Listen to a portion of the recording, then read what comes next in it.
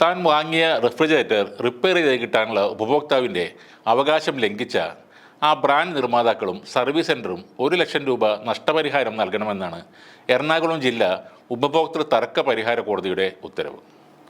Ernakulam വാഴക്കാലയിലെ S ജോസഫിൻ്റെ പരാതിയിലാണ് Samsung എന്ന പ്രമുഖ ബ്രാൻഡിനും അവരുടെ കൊച്ചിയിലെ സർവീസ് സെൻ്ററിനും നഷ്ടപരിഹാരം നൽകേണ്ടി വന്നത്.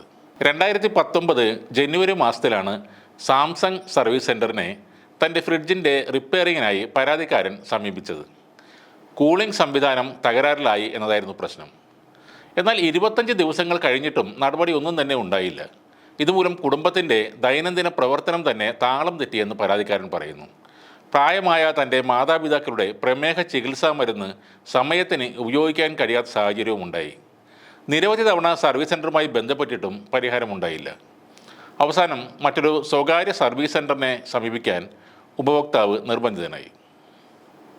9 വർഷം പഴക്കമുള്ള ഫ്രിഡ്ജാണെന്നും നിർമ്മാണത്തിലെ പ്രശ്നമല്ല, മറിച്ച് പരാതിക്കാരൻ ഉപയോഗിച്ചതിൻ്റെ പിഴവ് മൂലമാണ് തകരാറ് ഉണ്ടായത് എന്നുമായിരുന്നു സാംസങ് കമ്പനിയുടെ വാദം. മാത്രമല്ല, വാറണ്ടി കാലയളവിന് ശേഷമാണ് സർവീസ് സെൻ്ററിനെ സമീപിച്ചതെന്നും എതിർകക്ഷി ബോധിപ്പിച്ചു.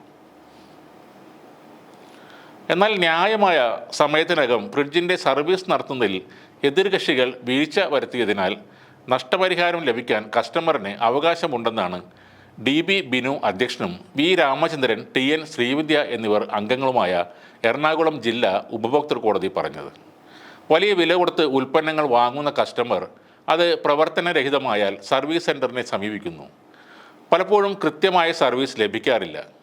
അതിനാൽ മറ്റൊരു ഉൽപ്പന്നം തന്നെ വില കൊടുത്ത് വാങ്ങാൻ അവർ നിർബന്ധിതരാകുന്നു. ഉൽപ്പന്നങ്ങൾ തിരഞ്ഞെടുക്കാനുള്ള കസ്റ്റമറിൻ്റെ അവകാശത്തെ മാത്രമല്ല ഇത് ബാധിക്കുന്നത്, അതിനൊപ്പം അമിത ചെലവും പരിസ്ഥിതി മലിനീകരണവും വർദ്ധിക്കുന്നു എന്നും കമ്മീഷൻ പറയുന്നു. യഥാസമയം ആ ഫ്രിഡ്ജ് റിപ്പയർ ചെയ്ത് നൽകാത്തത് മൂലം പരാതിക്കാരൻ അനുഭവിച്ച ബുദ്ധിമുട്ടുകളും സാമ്പത്തിക ക്ലേശവും പരിഗണിച്ച് 80,000 രൂപ നഷ്ടപരിഹാരവും 20,000 രൂപ കോടതി ചിലവും കണക്കാക്കിയാണ് ആകെ 1,00,000 രൂപ നിശ്ചയിച്ചത്.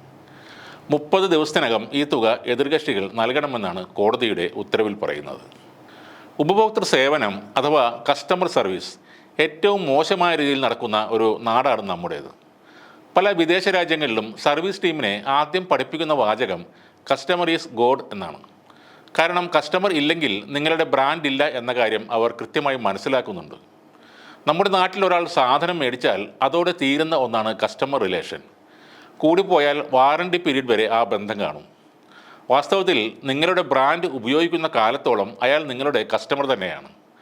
ആ ഉൽപ്പന്നം റിപ്പയർ ചെയ്യാൻ പറ്റാത്ത രീതിയിൽ ആയാൽ അത് വ്യക്തമായി കാര്യകാരണങ്ങൾ സഹിതം അയാളെ പറഞ്ഞ് ബോധ്യപ്പെടുത്തുക.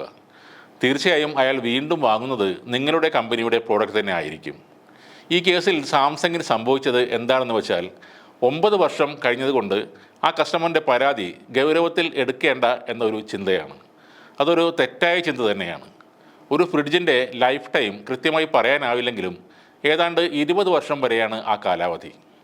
വാറണ്ടി കഴിഞ്ഞ ഒരു ഉപകരണം അയാൾ പൈസ മുടക്കി റിപ്പയർ ചെയ്യാൻ തീരുമാനിച്ചിട്ടും അത് അവഗണിച്ച സാംസങ്ങിനും സർവീസ് സെൻ്ററിനും കിട്ടിയ ഈ പിഴ വളരെ കുറഞ്ഞുപോയി എന്നേ പറയാനുള്ളൂ.